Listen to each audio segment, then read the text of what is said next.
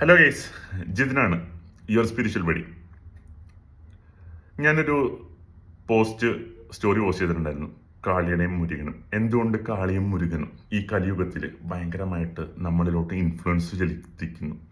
ഞാൻ ചോദിച്ച് കുറച്ച് പേരോട് പേഴ്സണലി ചോദിച്ചിട്ടുണ്ട്, നിങ്ങൾക്കൊരു ഇഷ്ടദൈവമില്ലേ, ഇഷ്ടദേവിയില്ലേ എന്ന് ചോദിച്ചിട്ടുണ്ട്.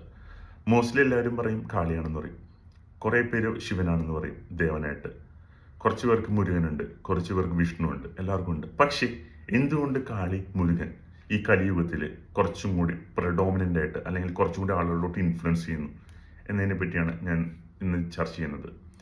ശരിക്കും പറഞ്ഞു കഴിഞ്ഞിട്ടുണ്ടെങ്കിൽ കലിയുഗം എന്ന് പറയുന്നത് ചൊവ്വയുടെ ആധിപത്യമുള്ളൊരു യുഗമാണ്. ചൊവ്വയാണ് ഈ യുഗത്തിന് ആധിപത്യം ചെയ്യുന്നത്.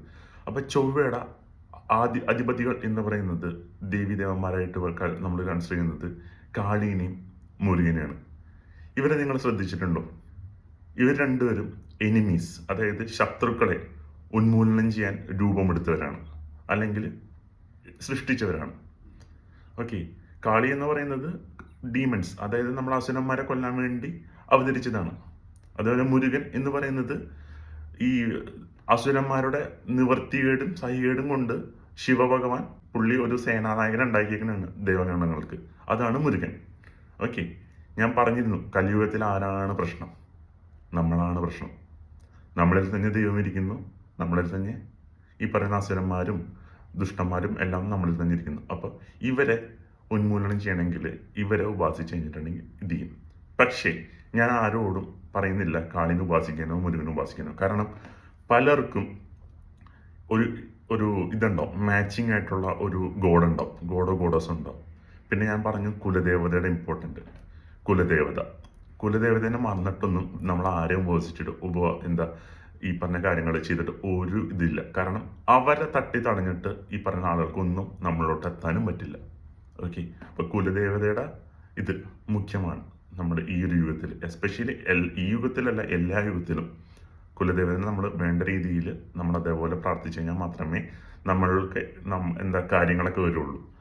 പിന്നെ ഈ പറയുന്ന കാളിനെ മുരുകനെയും ഉപാസിച്ച് കഴിഞ്ഞിട്ടുണ്ടെങ്കിൽ നമുക്ക് ഈ പറയുന്ന നമ്മുടെ ഉള്ളിലുള്ള ഒബ്സ്ട്രക്ഷൻസ് അല്ലെങ്കിൽ എനിമിറ്റീസിനെയൊക്കെ നമുക്ക് നീക്കം ചെയ്യാൻ പറ്റും. അതുകൊണ്ടാണ് ഞാൻ ഷോർട്ടായിട്ട് പറയുന്നത്. ഡീറ്റെയിൽ ആയിട്ട് പറയാൻ പോയി കഴിഞ്ഞിട്ടുണ്ടെങ്കിൽ ഭയങ്കര വലിയ കാര്യമാണ്. സ്കന്ദപുരാണോ അതേപോലെ ദേവി മഹാത്മ്യൊക്കെ ഞാനിന്ന് പറയേണ്ടി വരുന്നിട്ട് അതൊന്നും നിങ്ങൾക്ക് ഇഷ്ടപ്പെട്ടുണ്ടാവില്ല. അതുകൊണ്ടാണ് ഞാൻ പറയാത്തത്. അതുകൊണ്ടാണ് കാളിനെയും മുരുകനെയും കലിയുഗത്തിൽ കുറച്ചും കൂടി ഇൻഫ്ലുവൻഷ്യൽ ഗോഡ്സ് ആയിട്ട് നമ്മൾ ഇത് ചെയ്യുന്നത് തോന്നുന്നത്. ശ്രദ്ധിച്ചിട്ടുണ്ടാവില്ല പലർക്കും. ഇപ്പോൾ അടുത്ത് ഞാൻ കുറേ സോങ്സ് ഒക്കെ ട്രെൻഡായിട്ട് വന്നിട്ടുണ്ടായിരുന്നു മുരുകൻ്റെയൊക്കെ, ഭയങ്കരമായിട്ട് ട്രെൻഡായിട്ട് വന്നു. എന്തുകൊണ്ട്? നിങ്ങളൊന്ന് ചിന്തിച്ചു നോക്കൂ. ഇതുകൊണ്ടാണ്.